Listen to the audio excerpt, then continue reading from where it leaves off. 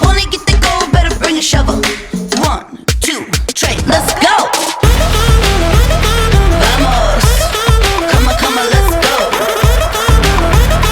Vamos, vamos, come on, let's go. Vamos, vamos, come on, let's go.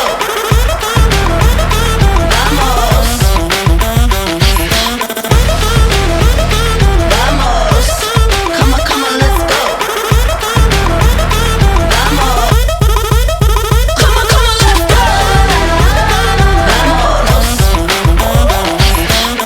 Welcome back, everybody, to the largest online advertising event of the year. Welcome to AdWorld. Day 1 was a huge success, and Day 2 promises to bring you more of the juicy tips and actionable strategies you can't get anywhere else. Today, we have a dream team of speakers ready to deliver groundbreaking case studies and let you copy their winning blueprints step by step.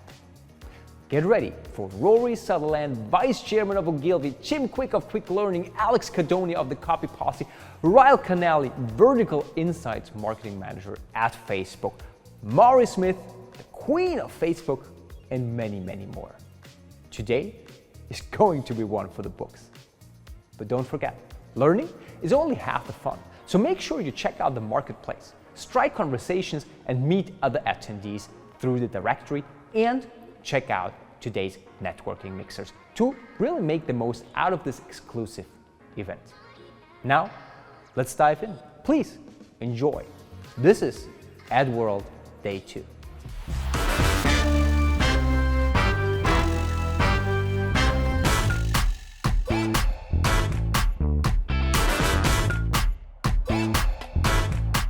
In this tactical session with Deng, you will get his exclusive workflow templates that will help you develop a full team approach to creative testing for advertising accounts.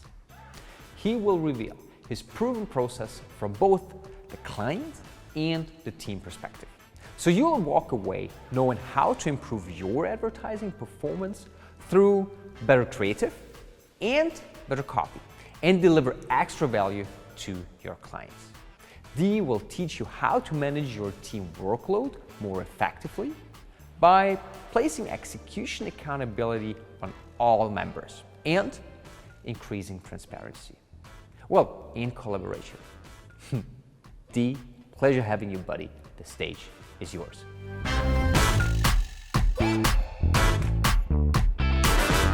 What's going on, AdWorld? We are back again. I am so privileged to be back and so honored.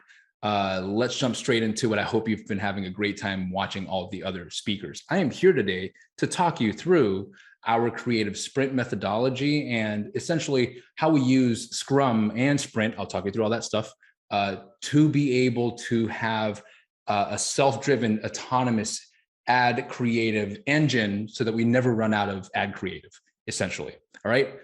For those of you that don't know me, my name is Dee. I am the co-founder and CEO of Right Hook. We have a team now, as you can see, they're pretty large. Our team is creeping up on around 120 people. That's just one of our town halls. You can see there. My team lives across 9 different time zones, so it's crazy hectic, very remote. We work with dozens of brands internationally. We render services and really partner with them on their growth, right? Rendering services like paid social, YouTube, paid search, email, SMS marketing, influencer marketing, and even a growth consultancy as well. So, and that's where we talk to our clients around, and the brands that we work with, around their financial stuff, their numbers, make sure it all makes sense, stuff like that, right? And on top of that, we're also building software. The reason why I'm saying this is because that's a lot of people doing a lot of, and you actually get to meet some of these people later in this presentation.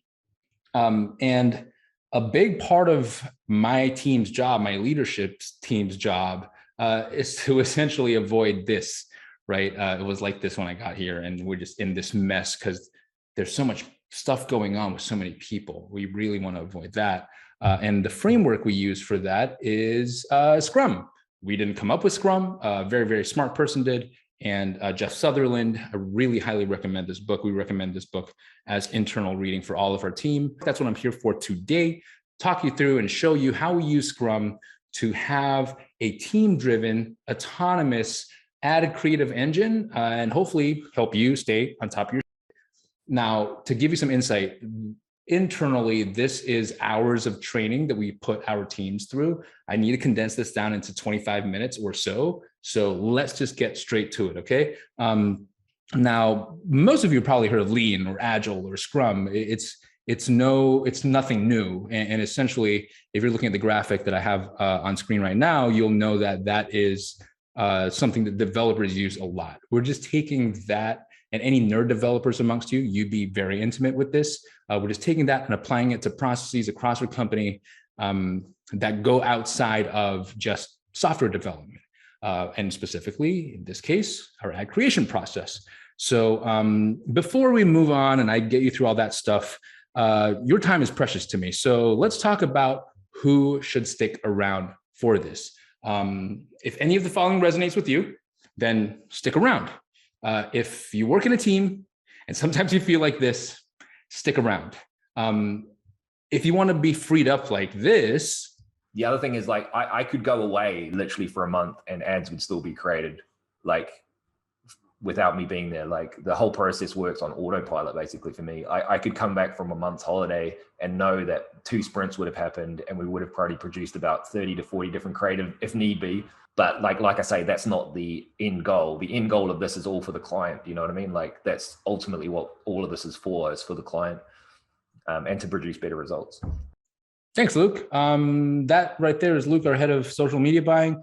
If you want to be freed up like him and actually be able to go on vacay without stressing your mind like crazy, then stick around. For everyone else, otherwise, don't waste your time here listening to this moron talk. Like, go unplug, go play with your dog. Like, your time is precious. Go do that, right? Hopefully the people that are here are the people that want to be here and really should be here. So awesome. Let's continue. First of all, welcome to the club. By the end of this whole session, what I'm hoping my job here is to be able to get you to understand what Scrum is, what the benefits are. I want to help you broadly understand what our creative sprint process is and how we've adopted Scrum and adapted it to that. You get to hear some actual success stories and pitfalls from my team, like I mentioned before. And finally, at the end of the whole thing, you receive essentially a template, right? Because I know we're all busy people here. Okay, so there we go. Let's move on. Let's talk about first the principles of Scrum and what it actually does at the very foundational level. So first things first, it's there to give control over the empirical process, provide transparency, evaluation, and adaptation that's baked into and it underpins the entire thing. What it then drives from that is self-organization, a lot of autonomy, it's collaboration, a lot of working together, value-based prioritization, so you don't get everything is urgent, everything is important, everything needs to get done now. Just never works out well for people. Time boxing, which pretty much means a set amount of time that you sprint through, and it lives within that same cadence. So it provides a bit of cadence to things as well, which then allows for a certain amount of expectancy. And then constant learning, very important. It's baked into the system. You're constantly learning, getting feedback loops, and then being able to have that iterative improvement. You're optimizing all the time, not only optimizing on the output, but actually optimizing the process itself. So you get better doing it by doing it because it's part of the process. And I'll talk you through that whole thing. Don't worry. If it seems overwhelming to you, it was to me when I first came across sprints and Scrum and Lean and Agile. So before we move on, though, I think it's important because I'm going to throw a lot of terms at you, and some of them are internal terms at my team and my agency. So I think it's important to talk you through our pod structure, right? So these are our growth teams. This is how they're organized. At the very top, you can see there's the strategist. That strategist then is essentially captain and coach of the pod. Think about it like a SWAT team, if you will. And then we've got the client liaison who helps facilitate conversations between the brands that we work with and us, for example, and really be that glue. They also then help manage like a project coordination standpoint, and a lot of that really critical making sure that all the planes are in the air and none of them are crashing and they're all landing at the same time type role and responsibility. We have a visual creator, videos, design, editing, motion graphics, that all sits within our visual creator. VC, you might hear that term coming up later. CL for client liaison. Strat, we just abbreviate that for strategist. Media buyer or MB or JMB sometimes. We really need to do a better job at naming our stuff, because a lot of our juniors aren't even juniors anymore. And then also copywriters. So that makes up our SWAT team, our pod, our growth team, right? And these teams, these growth teams then have a portfolio of brands that they support and they partner with. All right, so instead of telling you too much about Scrum myself, actually, like, my team did a whole bunch of work here. You got to see Luke before. Let's meet more of the team, yeah? Here we go. First one, Bradley, you're up. He's no longer the bottleneck. I love this story. Yeah, so before it, I was kind of the biggest bottleneck, which was of my team with the whole creative process, even the junior media buyer testing process. But yeah, and not only are you the bottleneck, it's creating a lot of stress, and you're the very reason in which that stress is there in the first place. It's all, like, I'm the one that everyone's coming to for the creative process, the testing, all the stuff, but the sprint spreads it out evenly across the team.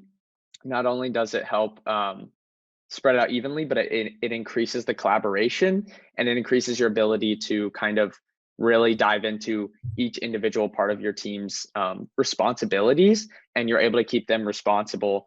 And it's not all, again, I'm just going to keep going back to this. It's not all dependent upon you. It's the team, because, like, working as the team is the better part of it. That was the biggest thing for me, is that we used to just have like ad hoc stuff like crazy. That was really stressful because my team was completely relying upon me, but able to spread it out and make it collaborative. Like the Kaizen call, the lead strat is responsible for that, but the planning, like the creative takes that on. And then the creative and the CL will work to go from the Google Sheet into Asana. Now your VC is in complete authority in the situation. They go through, and then your JMB takes over on stage with the sprint demo, and they give the entire pod the results, what worked, what didn't. So now it's helping you think of strategy. The workload is off of you. And then from there, it's not just about making creative, it's about idea to creative output to testing. JMB takes the completed creatives, puts it into the ad account, boom, entire 2-week process restarts. So it's from idea to ROAS. Like Luke was saying, the ideas can just keep piling up, and that's stressful. But if you have a system of like prioritizing and scoring the creatives, and then having your team work together to make that happen, versus, Bradley, when are you going to approve this? When are you going to get this done? It's like that does not help. And it just adding more stress, and that affects your clients, your team, everybody. So there you have it. That's Bradley over there. Love my team. What you're watching here actually is an internal training call where we've had a few strategists pilot creative sprints and the Scrum methodology, and a few other strats have not. So this really is that meeting where some of these other strategists are getting up to speed and learning and hearing about other people's experiences. So I really wanted to share that with you so you can get to hear it as well. And there are some teething pains, and I'm really eager to show you that too. So that's Bradley over there. I know that there are some terms like the Kaizen call and the retro call. We'll absolutely talk about that later. So don't worry too much. I just wanted to highlight these things to you, right? Let's move on to the next person. Here we got Peter. Let's hear what Peter has to say. Well, with the creative ad requests, to be honest, I've been struggling with that since day one of Right Hook, I guess, like month one of Right Hook. And then like the sprint kind of got me to a place where I could think more strategically, increase that client's work on how to increase that client relationship satisfaction. And just going back to Mariana's, that cooking analogy, I don't think sprint is about producing food. It's about, like the chefs, before they make the food, they need to buy the right ingredients. And I think every client is different. Some are game plan, some are launchpad, some need to scale with TikTok, Facebook, Google. So as a chef, as a strategist, I'm talking with the team. So this week we're making a lasagna. What ingredients do we need? Each person will get those ingredients and come back So I see it as that way, like the sprint. We're being more organized. And let's say lasagna was a failure. What is the bottleneck? Was it the pastry? Then we can look into that. But if we're doing ad hoc, we can't really know what's wrong. And one thing we found is the creative output wasn't top quality.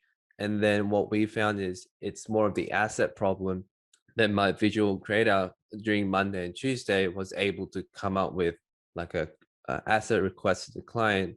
And recently I posted that on shout out, and that was the result of being having that consistent schedule. Because if it's ad hoc, things are happening here and there, you can't really know what the bottleneck is. Yeah, it's been helping me a lot. So hopefully you can see there, having this process in place allows you to have real clear root cause analysis and be able to see where to actually hone your focus on fixing, as opposed to thinking you have to fix the whole thing, right? So in Peter's case here, he was able to understand, oh wait, this is actually the source assets themselves. So more photo shoots, different video shoots, different angles, all that type of stuff. So we can hone in there, as opposed to before where it's like, possibly the whole thing.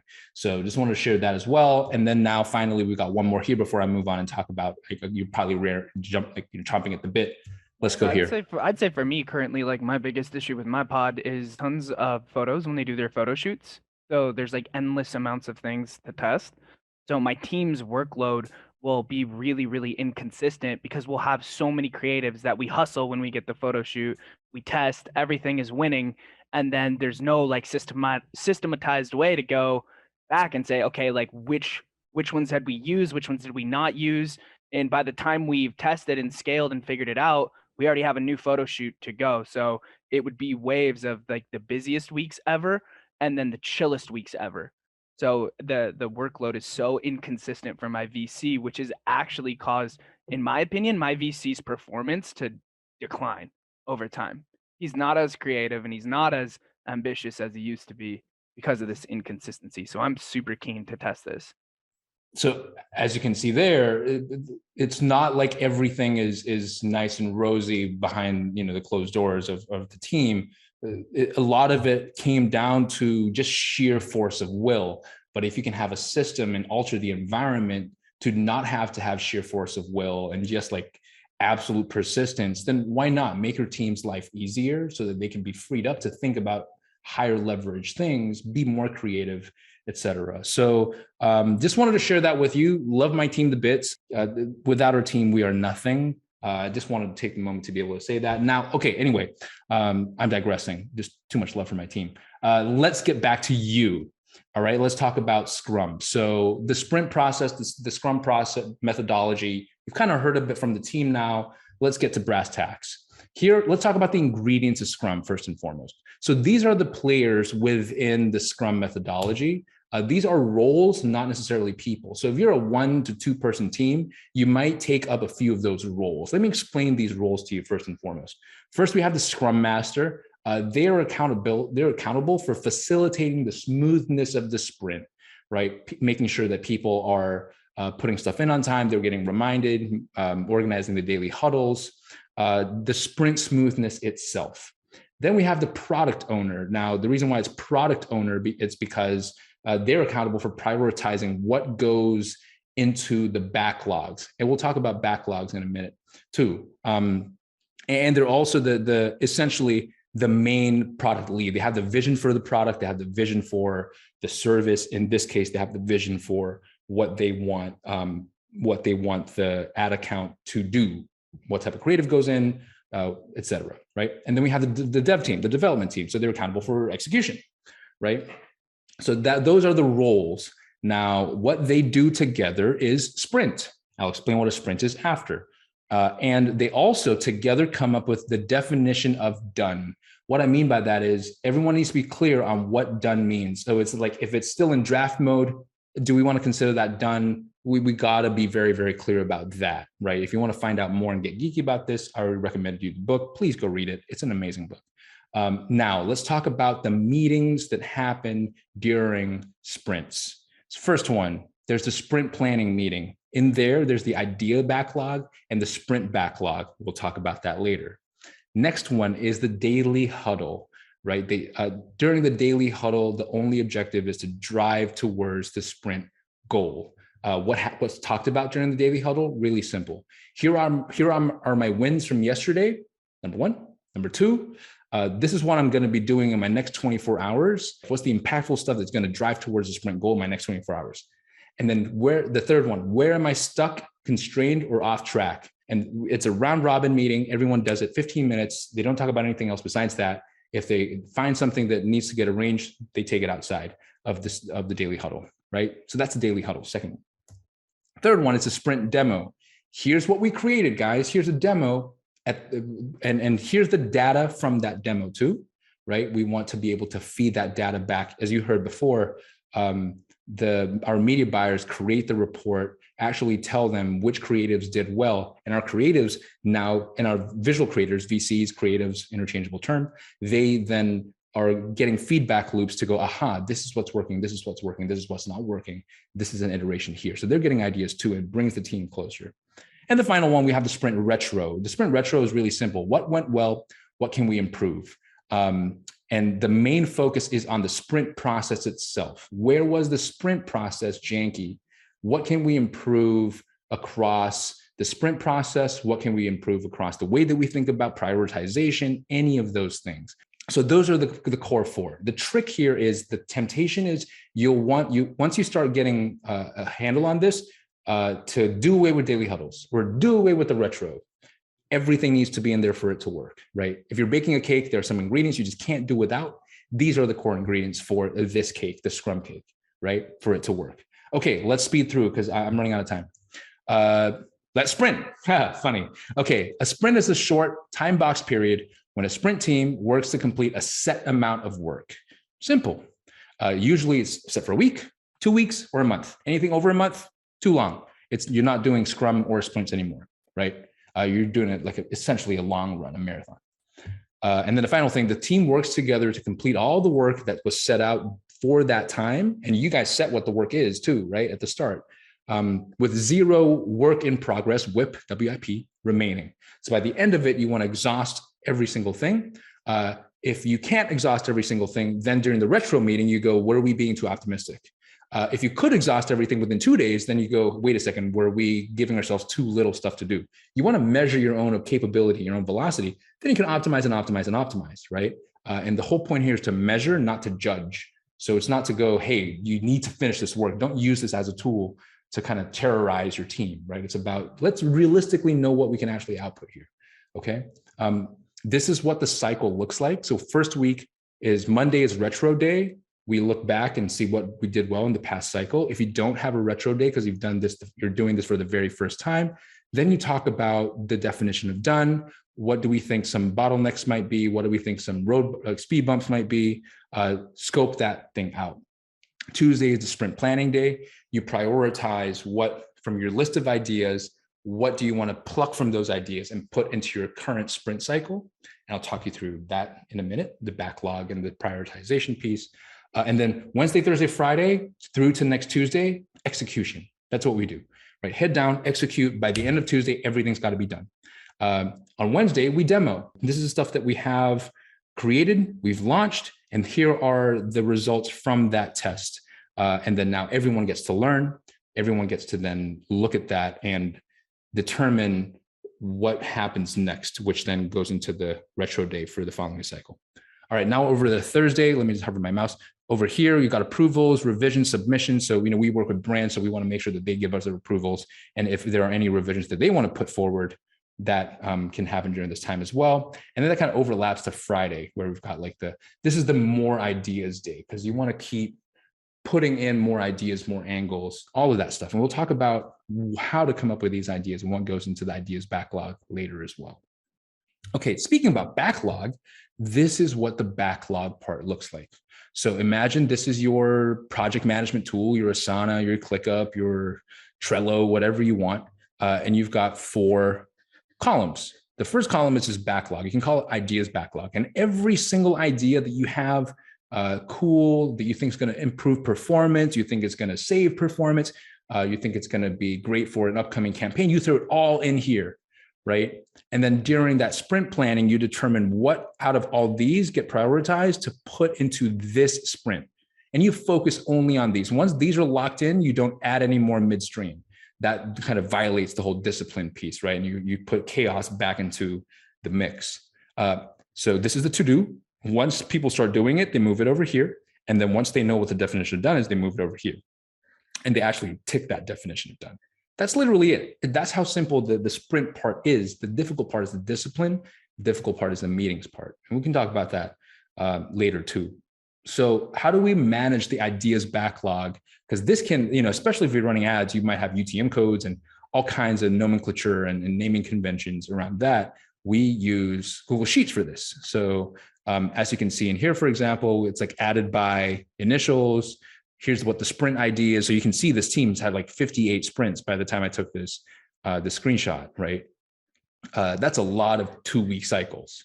And what's the product initial? So we have some short codes for what the product is. There's a status, there's a short title, the creative type, what channels it for. You can see over here is Facebook, Instagram, and Snapchat. And then there's a YouTube one in here as well. Do we need ad copy? Seems like no. A bit of a short description in here, and then links to inspiration. So that's what we do. And that's part of the template that I'm going to give you guys at the very end as well. So that's where all this stuff goes, right? And the whole team knows where things are at, what's being iterated on, what's moving into the next sprint. So what goes into this ideas backlog? Let's listen here. Your ideas sheet shouldn't be limited to what is currently possible. Like your ideas should include things that like we don't necessarily have the raw assets for. Well, obviously they get deprioritized because you don't have the assets. But if your creator's coming up with a list of ideas that this is what I'd love to be able to do if we had the assets, then over time you'll build up a list of stuff that you can send to your client and say like, here are all our ideas, here are our hypotheses. Like this is the stuff we need from you. Like, and you'll get a comprehensive list. Sprint doesn't necessarily add any extra work. It takes away, it takes away a lot of the work. It just sort of spreads it out. Like, but you're not actually adding any extra work to people. I think the person who probably is affected the most is the junior media buyer, just in terms of like the reporting. Like they have, that is a little bit of a bit of extra workload on them. But the process of them even just creating the testing report or the demo report is valuable in itself, regardless of the output of the team seeing it. Like them going through that process of actually analyzing the results is valuable in itself, and because they will come up with ideas based on their analysis. So there you have it, right? The ideas backlog is essentially new angles. If you have new concepts, if you want then to take that ideas backlog, show it to your boss or your head of marketing or a brand that you're working with and say, hey, we've got this idea. It's in the backlog. We use the sprint thing. Can you feel this in here? That's a really great way to do it, right? In other words, all ideas go in this idea backlog.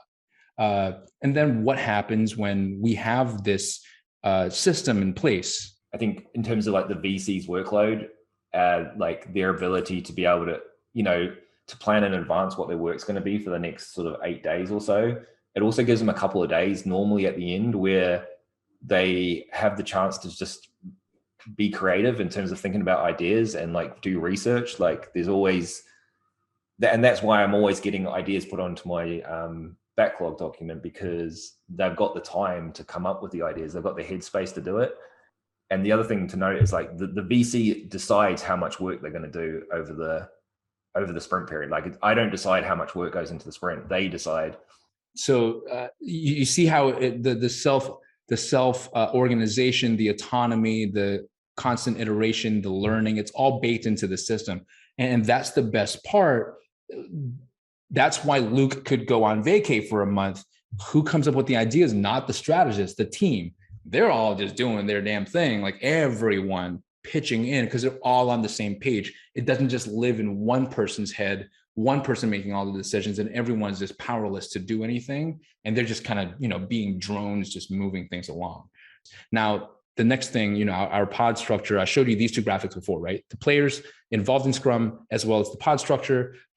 We've done a bit of an adaptation. Classically speaking, the product owner is the one that's putting in the ideas constantly. We've changed it so that the product owner, yes, they do the main approvals of what's being prioritized, et cetera, but everyone is involved in putting the ideas in place. So just to start wrapping things up, this is what it looks like in here. We've got the meetings. Just to remind you, I'm putting the two graphics together. The sprint planning comes in here. The daily huddle is every single darn day, right? The sprint demo is over here on demo day. The retro is over here.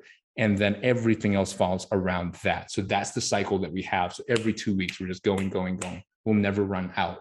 And it's already baked into the system. Everyone, right, from the brand owners to our team, everyone knows what the cadence is. And when we know when the train arrives and when the train leaves, very, very good things happen because there's expectancy now, there's consistency. A bit of a pitfall, word of caution. I'm behind Peter, Bradley, and Luke here. I started with sprints probably 2 weeks ago. I just had my second sprint planning meeting. And to be honest, it was clunky as can be. I was just, because I had a process that worked. And so I already have something that works. Do I even have the bandwidth? I mean, all these new words, it broke a little bit of my stuff. But I can say, I mean, for me, my biggest gaps were, I think it's more about better ideas. I think I was just relying on my brain for most of it. And in just the 2 meetings, my designer has come up with such better stuff than I could, just like Luke said. Even though it's kind of presented some challenges, I can see on the other side how this is going to ultimately take work off of me because I just concentrate the thinking on 1 or 2 days and then I'm off for 2 weeks. There you have it, right? Clunky at the start. So please expect that to happen. I really want to start wrapping up now. Again, your time is very precious to me. Let's talk about this. So here's to the busy ones. I've got a template for you, completely no email capture whatsoever. Just use the bit.ly link over there. I know that you can't copy and paste a video, so just take a photo of that and then off you go. That's the end of my presentation. I really hope this was helpful. I know I zoomed through a lot of stuff, but hopefully with this, and if you go away and actually do a bit more research around Scrum itself, if you really want to take this on and run with it, that gives you the stuff that you need, right? You've got the book, you know how that works. You've got the template, you'll be able to use that. And the template is all like very self-explanatory, all the way down to actually scoring how much effort and how well you should prioritize something. It gives you an actual number in there too. That's not for you to have. I really appreciate you for your time and attention. I can't say that enough. I always love the people that stick around and ask me questions. Speaking of which, if you want to come nerd out with me, please do so. Just feel free to connect. More than happy to answer your questions when I can squeeze in some time to get back on social. I really suck at social, by the way, especially with my inbox. Appreciate you for your time. Enjoy the rest of your conference and have the best ad world that you can have. Soak it all in. We've got some really smart people here. Thank you so much for having me. Much love. See you soon.